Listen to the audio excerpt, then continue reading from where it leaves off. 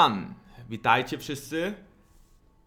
In this episode, we will review the patch notes. Normally, in the past, I have been recording patch notes in Polish, but since I'm trying to shift the channel more to also English audience, I will be probably doing patch notes in English now. So I guess let's start. I will just give you my thoughts about what's strong. I will give you my thoughts about what changed. I will give you my thoughts about pretty much what, in my opinion, will be meta. And the patch did not come out yesterday, or the patch notes didn't come out yesterday, because the patch is going live tomorrow on the servers. Let me just mute the Spotify as well, so we can just record this in peace. Viego is going in game. That's the first change. I think Viego is going to be actually quite broken. I don't think there's much to do about this champion. I think it's just going to be OP, like every single new champion that Riot adds to the game. I think Lilia is one of the more balanced champions, because I'm not sure if you knew, but Lilia never got changed after she initially came out, so she should be at least a little bit balanced.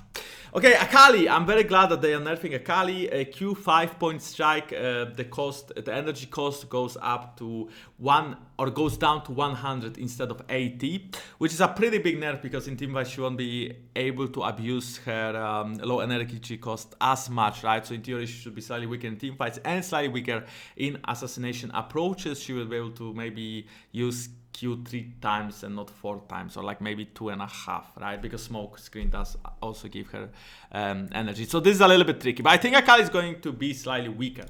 Then Azir, Q cooldown decreased. So Azir Q, 1 less second cooldown on the Q. I mean, I don't really see Azir being meta anywhere in the world. I guess Faker played it. I don't know why Faker played Azir. Maybe he just likes Azir. Honestly, Azir's face kind of reminds me of Faker as well, but I don't know. I mean, it's a fine champ, right? If you wanna go mid and push, you can do that, right? Orianna is probably better, or Victor's probably better, but Azir is also okay. Caitlyn, AD damage growth increased by almost 0.4 per level, which basically means Caitlyn will have a little bit more AD. I don't actually know if that will make her meta, but keep in mind that she used to be a little bit OP at some point. I think it was Summer or Spring Split, when she was really highly prioritized. And one of the buffs was basically her AD, so maybe she's actually good now. You know, she always has a good laning phase, that's kind of nice. Then Darius, passive, Hemorrhage. Rare. Noxian might bonus attack damage. So the bonus AD from proccing Darius passive is going to decrease to 20 to 205 instead of 30 to 30. So basically we are all-inning Darius, which by the way you shouldn't do, because it's like really broken if you all-in him. He will get less damage from his passive by 10 AD, and I assume your Yasuo top lane will still die to it. But if you take smart trades, I mean, honestly, I feel like this is so irrelevant, this change. Like, if Darius gets if Darius gets the passive on you, 5 procs of the passive, you're pretty dead anyway. So I actually don't know what's the change. I mean, I guess it's like slightly less damage, Dr. Mundo. So Dr. Mundo abilities are getting slightly changed here, or buffed actually. Health refund on hit 50% instead of 40%. Health refund on kill 100%. So he will definitely heal more with the cleaver, if assuming you of course hit the cleavers. Masochism bonus damage increased by 1% of his maximum health, which is pretty big deal, right? Because he has shit ton of health. And then Sadism, health regen increased by 10% as well. So will that make Mundo meta? I don't know, but if anyone plays Mundo, I feel like it's maybe going to be Mundo top lane. I'm not sure if you are aware, but a lot of players play Gragas top nowadays. It's very meta right now in every region, and I feel like if you blind pick Gragas top, maybe Mundo could be the answer. Normally Mundo is really good against AP champs, because they just don't have damage to burst him down. So if you do play Mundo against like Gragas, I can see Mundo surviving the laning phase, and after Spirit Visage or just overall one item, it could be good, right? Elise, Venomous Bite, the damage decreased by 20 on max rank, so 5 per level. Yeah, whatever, I don't play this champ anyway. I think Lilia is better, Talia is better. I mean, Elise is fun, but like, it's not that good. Triggers it on Iron Q, the shield ratio is decreased. That's just the shield, not the damage. That will make Ivern, I guess, slightly more balanced. I don't see that many Iverns. I think Olaf is way more broken, but they were supposed to nerf Olaf as well. Base stats, health growth more, 5 more on LeBlanc, and also Q mana cost decreased by 20 on max level. It's actually pretty big LeBlanc buffs. I suppose she needs her W to clear waves anyway, so it's not like that's gonna make her viable or remotely OP.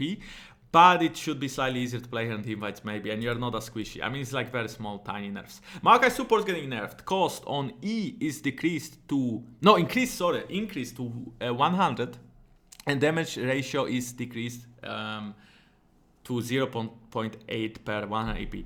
I guess, I mean, the damage is honestly pretty much the same. It's not a big deal, the damage. I mean, it's 20% actually. Okay, 20% is a big deal. So 20% damage. And also the 20 mana. I mean, it could be annoying, but I feel like Maokai support can still be there. It's just a little bit weaker, but can still be played, I think. If you are a, 3 fan or something. Nocturne, Q cooldown decreased to 8 seconds, and then Paranoia cooldown decreased by 10 seconds. I have a theory that after this change, Nocturne will actually become meta against Talia, because a lot of people play Talia, and Nocturne, in the past at least, was always good against Talia, because if you jump on Talia, there's no counterplay, you can always W her W. It's not that easy, but you can, or you can just flash it. The point is, if you get a fear on her, she will die, right? And that's why I think Nocturne could be good against Talia, and could be good in this meta if people play stuff like Tiev and Galio as well, right? You can just kind of counter the ults. Nunu Willamp, movement speed decreased by 5, health decreased by 30. I don't play Nunu, but I know there are a couple of Nunu abusers. Nunu is really good at ganking, and laners normally disrespect Nunu, so it makes sense that it could be slightly squishier at least. Aatrox, it doesn't end here. Umbral Dash self-healing now increases to 26, 32, 30, blah, blah, blah, during World Ender, and then World Ender self-healing decreased to 30, 45, 60. That basically just means, if you, I mean, the combo with God Drinker will just heal you slightly less, I think. Or maybe the point is that you just have to max the E out, and then it will heal you the same. I don't actually understand this. E self-healing now increases during R. R self-healing decreased. Well, I mean, that's it, right? Olaf, lifesteal increased by 2%, but healing amplification decreased to 33% based on missing health. That's, yeah, basically because if you Olaf activates W and then he uses God Drinker, the healing is pretty crazy. So to not nerf him too hard, they just, more lifesteal but less healing. Base stats on Senna, a little bit more attack speed, the passive procs more Wrath, and Wraith give also more gold, I guess, so it's mostly for support. Healing ratio from AP increased, damage ratio from AD also increased. Senna skill on enemy champion now adds a stack on Kraken Slayer, max 1 stack. Well, I guess, I don't know who builds Kraken Slayer on Senna. Normally you go Lethality. Maybe this would be meta now to go Kraken Slayer. But yeah, Senna slightly stronger now. Maybe support, but yeah. Shaco, passive damage increased. Damage from passive increased by 10. Great. Soraka, Starkle, total heal increased by 20 max level, and Astral Infusion heal also increased by 10, and heal ratio increased with AP. I hate Soraka, but maybe it's actually good now. Trundle, Chomp, bonus damage ratio increased by 5%, and Frozen Domain bonus attack speed increased by 10%. I feel like they are bringing back the Trundle because there's a lot of Olaf in the meta as well. So in theory, Trundle was always good into Olaf, but I feel like Trundle's problem is his clear. He really is bad at clearing jungle, and I don't know if this will make him viable. Varus, mana growth increased by 7, cooldown only decreased by 20 on the first rank only, and then it kind of evens out. So that's also buff to like maybe poke Varus, not a big deal. Zoe, W minion spell shards drops updated. W spell thief, minion shard drops now include Random Omen, Local Ryan Strike, Turbo Kentang, Share Battle Song. Okay, a lot of items. No redemption though. You cannot get redemption anymore from minions, which actually is a pretty big nerf in my opinion to Zoe. Essence Reverse, Spellblade mana restore increased or changed 40% of mana from damage dealt from Spellblade. So basically right now the more damage you deal with Spellblade, the more mana you will get instead of 30% of maximum mana always. Gale Force cooldown increased to 90 seconds. Makes sense. Gale Force is pretty busted. I believe so at least. Hextech Proto Belt, Supersonic bonus movement speed decreased to 30% and 1.5 instead of 2 seconds. So basically the item that made you mobile. I feel like Gale Force dash is still pretty long, but at least it's longer cooldown, so you just cannot spam it. And Proto Belt, I feel like, Rocket Belt also needed nerfs. I feel like it's too easy to catch people with that item. Imperial Mandate, coordinated fire cooldown applies when initial application of slow immobilize and not when ally consumes the mark. ally consumes the mask. Okay, so that just basically means it's going to be slightly weaker, I suppose, on solo lanes, which is, I mean, I don't know who would actually build it. I saw ASOL yesterday with that item. Kraken Slayer is extremely powerful on champions abilities that churn out on hits. These abilities tend to have on-hit modifiers for this exact purpose, so Kraken Slayer will now leverage those modifiers of the following champions. So I suppose Aphelios, Severum, Katarina, Q, Dead Lotus, and Urgot W Purge will do slightly less damage. I don't know what is leverage, but I suppose slightly less damage. Shreya Battle Song, health, it decreased to 200. Shreya no longer grants you 5% mana speed. Shreya now grants you 40 AP, though more mana regen as well, and slightly different item build. I feel like this item is actually very OP because it gives you so much mana speed. I hate this item. Stoneplate, 45 bonus armor and magic res is increased to 5%. What the wait, what? That's so much. I mean, no one builds this item, I get it. But I feel like if you build it on a correct champion, you get such an insane shield. And now also the 45. I mean, that's, you know, that's a pretty big buff, actually. We may see more Stoneplate. I don't think the item is like as bad as it used to be as well, because it actually gives you health. Okay, lethality items. Cost decreased, AD decreased. Umbral Glaive a little bit cheaper and less gold. I think this is super worth, of course. 200 gold for 5 AD worth. Serpent's Fang also decreased 5 AD less, and Champunk Chainsword 50 less health but less cost. I like these items. I like the fact that they have slightly less gold to them.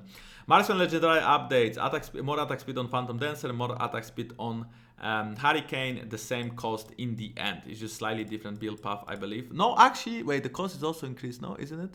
The cost increased by 100 gold, it looks like. Zeal Dagger, and it was Zeal Dagger 850, now it's 950. So yeah, 100 gold more for more attack speed, I guess. Tank Mythic, so this is a big change. Sunfire Edges from now on gives you 5% tenacity and slow resist per legendary item. Frostfire Gauntlet, cost reduced to 280. Ability haste increased by 5, armor decreased to 25. And then Turbo Chem Tank is the same, less gold, but magic resist decreased and ability haste increased. I think this is overall a good change for the tanks. I believe that a little bit less stats, but way cheaper items can be much more impactful for tanks. In-game shop updates and bug fixes, we don't care. New skins, Ruined Shyvana, Ruined Karma, Ruined Raven, Shanghai Scrolls Jean, Shanghai Scrolls Nico, Cho'Gath, Nautilus, and wow, this Viego guy looks like some anime person. I don't actually know which anime, but that's so cool though. In this skin, Shyvana looks like Elder Dragon during her Elder form. Actually, the skins look pretty nasty. I like them quite a lot. The Karma looks very nice as well, with the school. Well, thank you very much for watching. That was the first time I was doing patch notes in English, so please, if you have any feedback, leave it down below. I hope you liked the video. And I will see you next time. Dziękuję wszystkim za oglądanie. Pa, pa!